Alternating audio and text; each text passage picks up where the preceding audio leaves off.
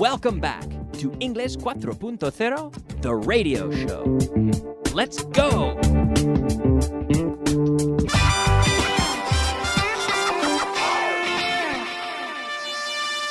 Advanced. Hello and welcome back. Welcome to the advanced portion of class number 153.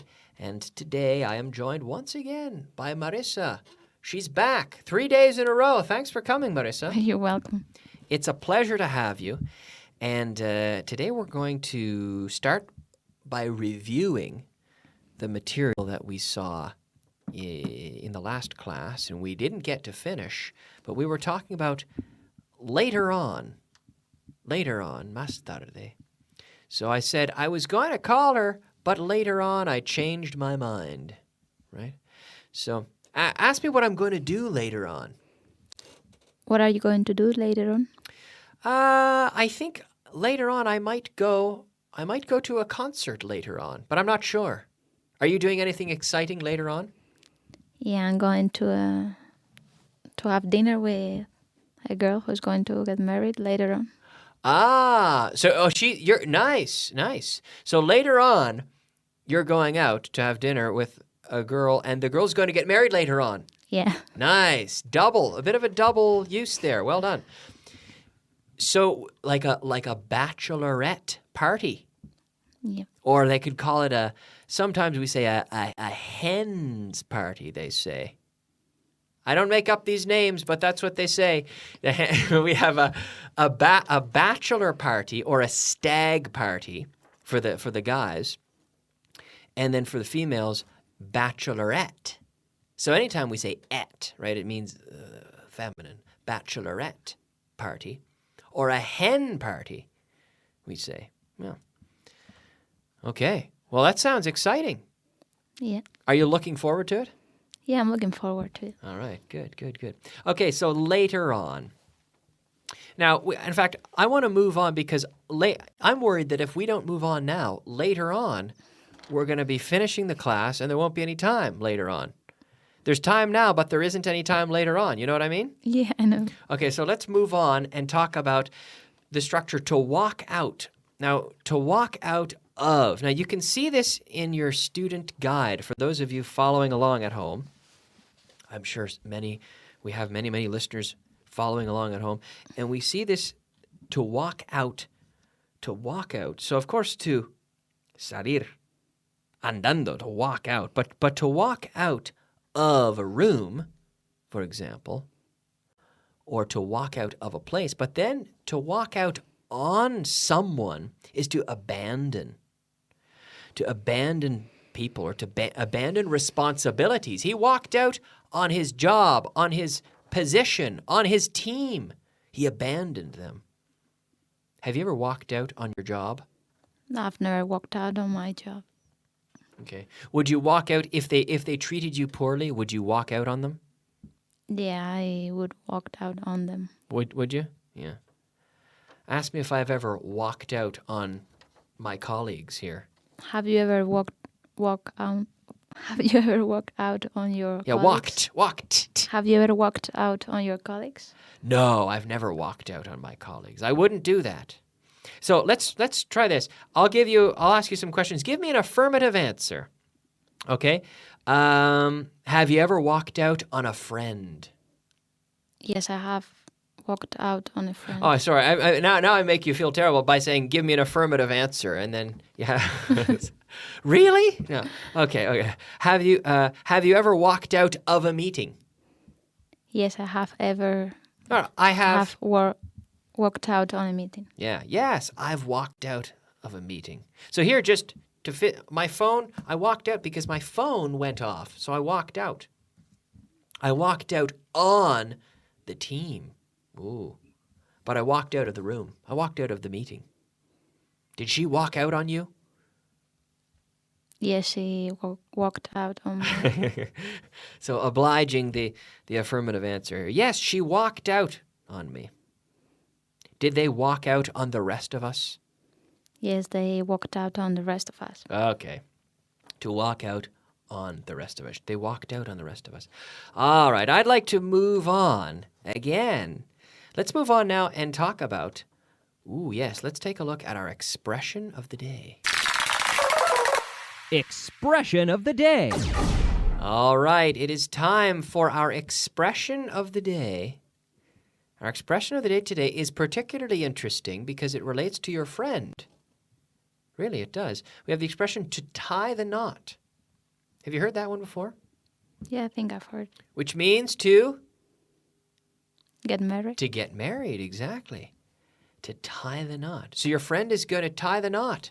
Yes, she's going to tie the knot. When is she tying the knot? She's going to tie the knot in May, I think. In May. Oh, okay. So are you going to the wedding? Yes, I'm going to the wedding. Sure. Okay, good. Is the wedding going to be in Madrid? Yes, it's going to be in Madrid. Ask me if I plan to tie the knot anytime soon. Have you planned? Anytime.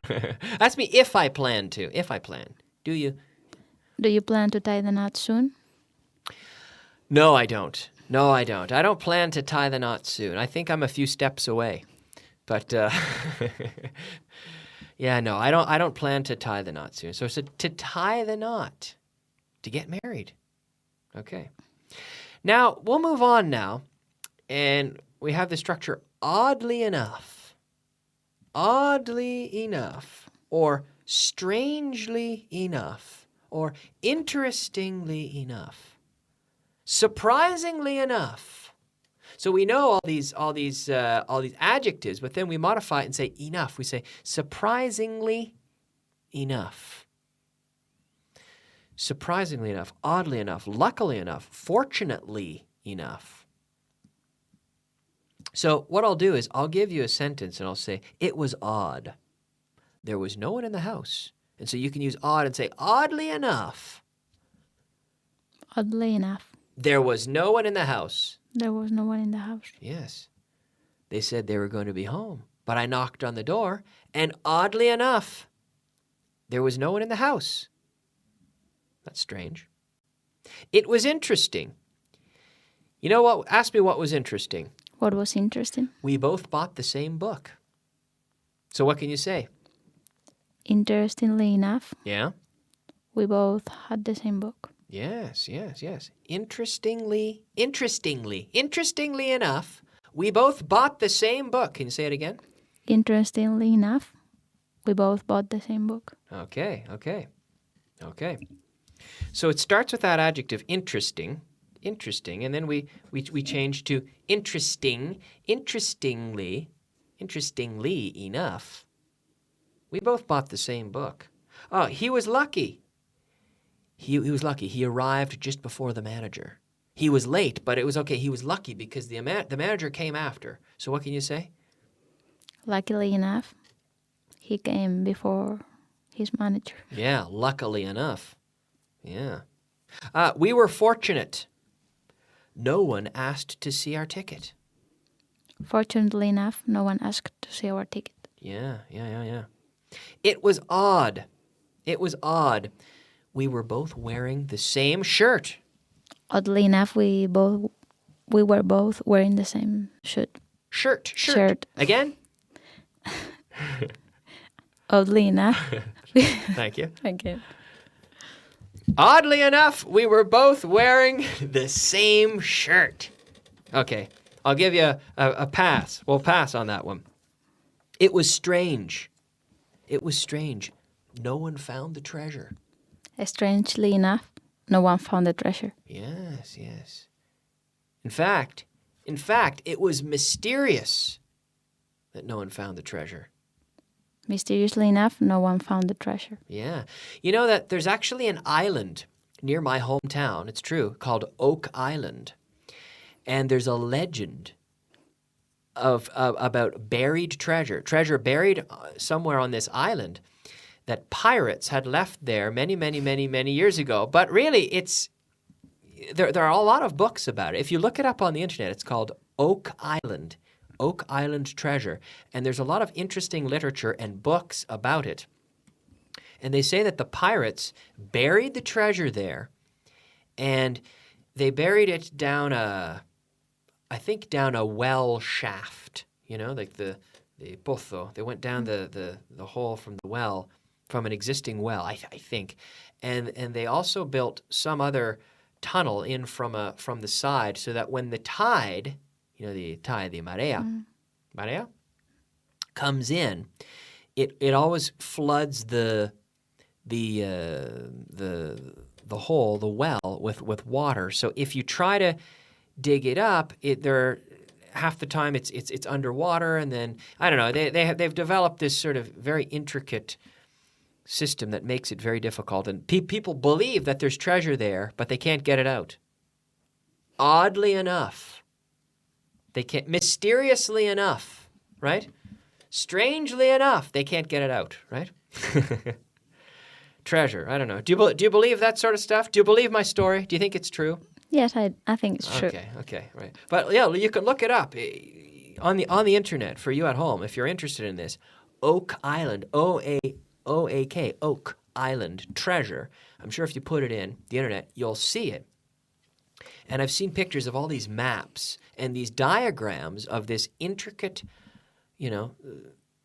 series of tunnels and all this that they've built to try to keep the treasure protected or hidden or, unavailable to anyone who wants to get it. Anyway, let's move on to our vocabulary of the day. Vocabulary of the day. All right, it's time for our vocabulary of the day, our 5 words of vocabulary. The first word today, well, again, not just a word, it's a little structure. In fact, a phrasal verb here, asumir el mando. Take over? To take over, nice. To take over. Have you ever taken over when someone's driving? They say, take over for me when you're in the passenger seat and they have to take off their jacket. Have you ever taken over? No, I never. No? I've never taken over. It's a bad idea because it's not particularly safe, right? To take over when someone else is driving. Yeah. Relevante. Relevant. Relevant. Yeah. Relevant. Do you think vocabulary is relevant? I think it's relevant. Or is it totally irrelevant? No, I think vocabulary is relevant. Good. I think so. I think I've included it in the class today because it's relevant. If it weren't relevant, we wouldn't talk about it. Okay. Recuperarse. Recover? To recover. Yeah. How long and if I say to recover an illness, what's the preposition to recover? It took From? Yeah, it took me 3 weeks to recover from the flu. How long does it take you to recover? And we have a phrasal verb there as well. What's the phrasal verb? To get Over it? To get over. Yeah, to get over. How long does it take you to get over a flu? The flu, the gripe. How long does it take you? It takes me 1 week. Yeah. A week. Have you ever had an illness that it took you a long time to get over? No, I haven't. No? Sometimes I get a runny nose. Last year, I had a runny nose. A runny nose. It was just, I had to blow my nose all the time, and it took me about 3 weeks to get over it. I don't know. I felt fine. My energy levels were fine. It's just this runny nose. And I said, why can't I get over it? Right? Why can't I recover from this runny nose? Mano derecha. But mano derecha, persona. Like a person. He's my,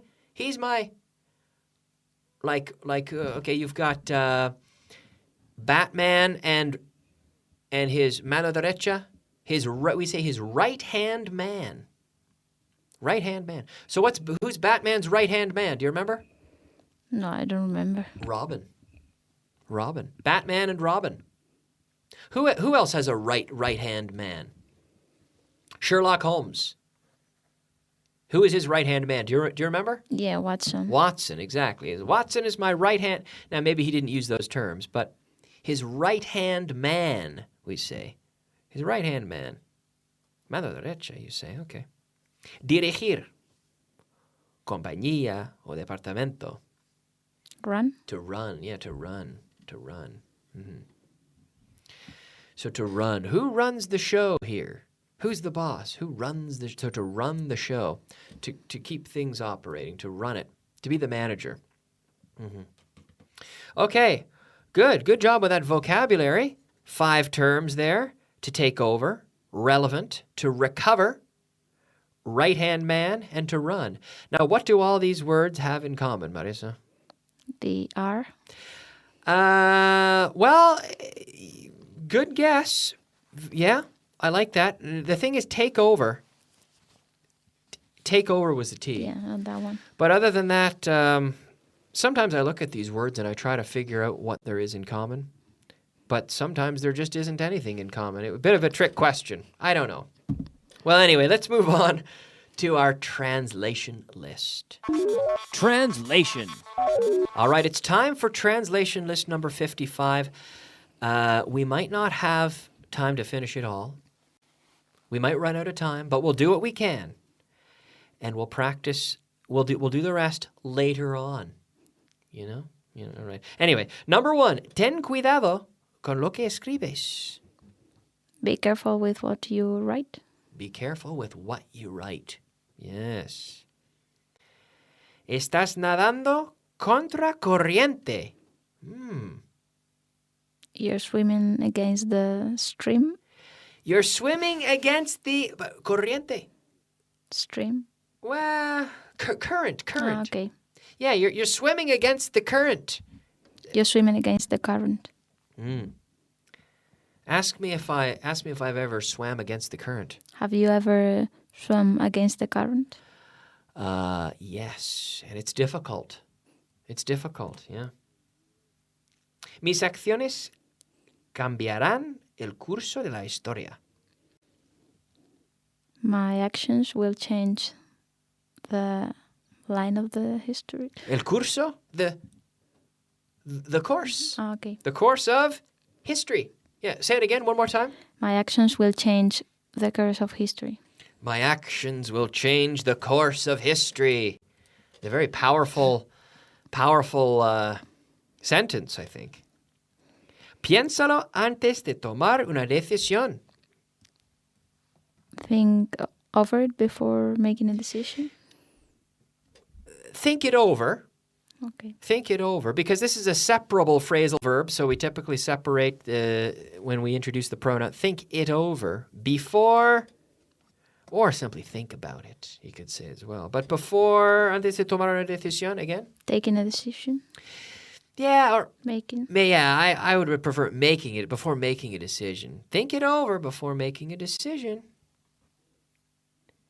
Think it over before making a decision. Yeah, I thought about continuing on with more examples, but after thinking it over, I think it's time that we stop the show right now because we're running out of time, Marisa. But we'll be back tomorrow with more, and we'll review all this, the translation list, and so much more. Will you join me? Will you join me tomorrow, Marisa? Yeah, I will join you tomorrow. Fantastic! Wow.